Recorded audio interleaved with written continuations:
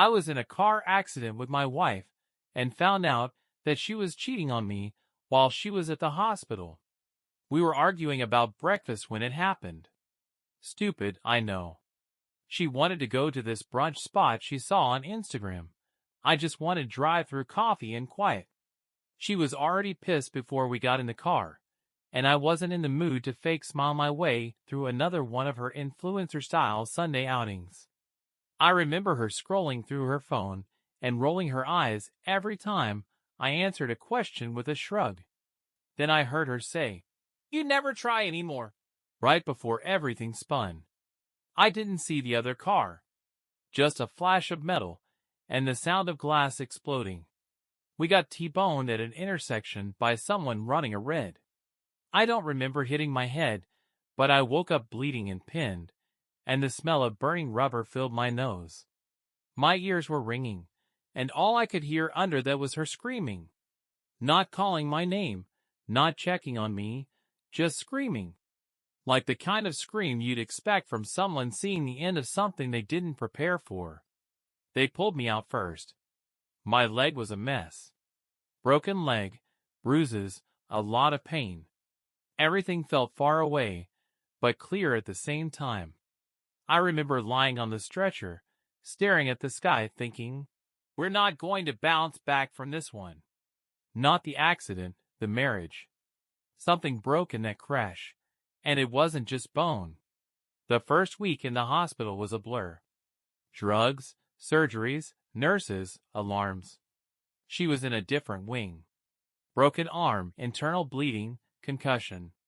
Everyone kept telling me how lucky we were to be alive. Our parents showed up and cried in the hallway like they were at a funeral. Mine called from out of state and asked if we needed anything. I said no. I always said no. I didn't ask to see her at first. I told myself I wanted to heal a bit before facing her, but that was a lie. The truth is, I didn't want to look at her and feel nothing. And that's exactly what happened. The nurse wheeled me into her room 4 days in. She was asleep. Tubes in her arm, bruises on her face. I didn't feel relief. I didn't feel panic. I felt like a stranger watching someone else's wife sleep. I left without saying anything. Things started unraveling from there, but not in the way you'd expect. I wasn't curious. I wasn't looking for trouble. I was just trying to get through the day. But the thing is, when you're left alone long enough, patterns show up. Little things start clicking.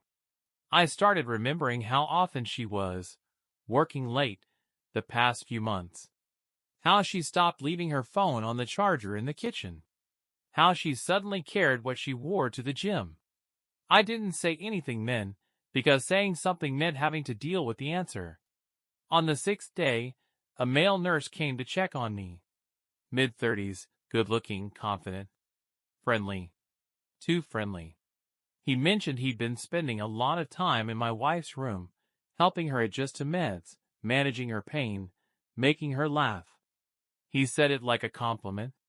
I said thanks and stared at the ceiling until he left. Later that night, I remembered something from the crash. Right before the car spun, she had been texting.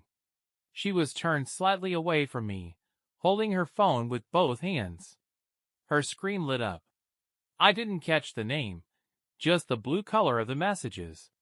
She was smiling at something. That image came back and stayed stuck in my brain like a splinter I couldn't dig out. I started paying attention. Not because I wanted proof, because I already knew. Her room was 3 floors up. I wasn't supposed to move much, but I lied to a nurse about needing to walk to the vending machine, got someone to wheel me to a hallway near the elevators, and waited. It was midnight. Visiting hours were over. But he came. Same nurse. Carrying a small bag from the cafeteria. Walked in without knocking. I sat there until he came back out. 34 minutes later. Same bag in hand, empty now. I didn't confront anyone. I didn't even cry. I just wheeled myself back to my room and stared at the wall until the morphine drip kicked in again. This was the part no one talks about. The silence after the explosion. When everyone is bringing flowers and saying, "You're so strong," and your body's healing, but your brain is doing the math. When you realize the crash wasn't the beginning of the disaster, it was the middle of it. The real wreck started long before we hit that intersection. She got discharged before me. Her parents took her home. She sent a short text. "Call me when you're feeling up to it." No hearts. No, "I miss you." Just that. Like I was the one who owed her a check-in. I deleted the text and didn't respond. By the time I got home, the apartment didn't even smell like her anymore. Her things were there, but they felt like decorations. Nothing had moved. Nothing felt lived in. A few of her drawers were empty. I turned on the TV and muted it. Sat there in silence, listening to my bones ache and my brain loop back to everything I ignored. The gym classes. The new underwear. The weekend. Work retreats. The arguments that felt rehearsed. The car crash didn't end my marriage. It just ripped the curtain down. I didn't call her. I didn't tell anyone what I saw in that hallway. I didn't rage or scream or throw her clothes out the window.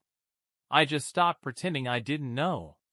The first night home, I slept on the couch even though the bed was free. I didn't do it for drama. I just didn't want to lie where she used to. The pillows still smelled like her shampoo, and the drawer next to the bed had one of her hair ties, stretched and fraying, like it had been there forever. I left it. I didn't touch anything. I didn't even unpack my hospital bag. I just sat in that half-dark living room, legs still in a brace, remote in one hand, painkillers in the other, and let the TV flicker through shows I didn't care about. She didn't call. Not the next day either. I thought she would, even just to pretend we were okay. But nothing. Just silence. Like the crash gave her the out she'd been stalling for. Like I wasn't a person anymore, just wreckage. A week passed. I still couldn't drive, so I took cabs to physical therapy. The receptionist asked if my wife was coming to help me home. I laughed, told her no. She tilted her head like she wanted to ask why, then didn't. People never do. They just give you those eyes, like maybe you're the one who screwed it up. Like you're the one who pushed someone away. One morning, I came back to the apartment and saw her keys on the counter. Just sitting there. No note. No message. I froze. Looked around. Her coat was gone. Her purse was gone. But her keys were there. The same keys I gave her when we moved in. The little metal tag with our initials on it. I'd gotten it engraved at a kiosk in the mall the day we signed the lease. She used to twirl it around her finger when she was bored. Now it was just sitting there like an obituary. I opened the hallway closet and saw what she took. Her jackets, her yoga mat, her laptop bag, the ring box from when I proposed. Empty hangers swung like they were still figuring out what happened. I opened our bedroom drawers. The underwear drawer, half empty. The jewelry tray bare. But her wedding ring? Still there. Tucked inside a little cloth pouch. Like it was too sacred to throw away, but not worth wearing anymore. I stood in that room and didn't move. Didn't blink. Didn't say a word. My phone buzzed once. A bill reminder. I turned it off. That night, I went through her old phone. The one she forgot to erase before upgrading last year. It was buried in a drawer with receipts and broken earbuds. I charged it. Took maybe 10 minutes before it powered up. The password was still the same. I didn't have to dig. It was all there. Screenshots. Messages. A folder of pictures labeled "Summer LOL." The nurse, Evan, wasn't new. He didn't meet her at the hospital. He'd been around since last spring. Gym selfies. Starbucks runs. Hotel room shots with blurry sheets and his watch on the nightstand. She always said she hated watches. Said they felt clunky? Guesses didn't. There were messages about me. Some of them were just petty. Complaints about how I never noticed her nails, or how I didn't plan enough surprises. Others were sharper. "He just exists," one said. "Like furniture." That one stuck with me. I screenshotted it. I don't know why. Maybe I wanted to keep proof that it wasn't all in my head. I didn't confront her. Still didn't text. Still didn't rage. I printed out 5 of the worst messages and left them on the bed. Just printed. No notes, no explanations. Let her interpret it however she wanted. I didn't lock the door behind me when I left the apartment. If she came back, she'd know I saw everything. If she didn't, good. The thing that kept me up wasn't the betrayal. It was how easy it had been for her. How neatly she folded the truth behind my back. How I kept playing the role of husband while she was already rewriting the story without me in it. I started thinking back. The dinner dates where she kept checking her phone. The way she suddenly wanted space on weekends.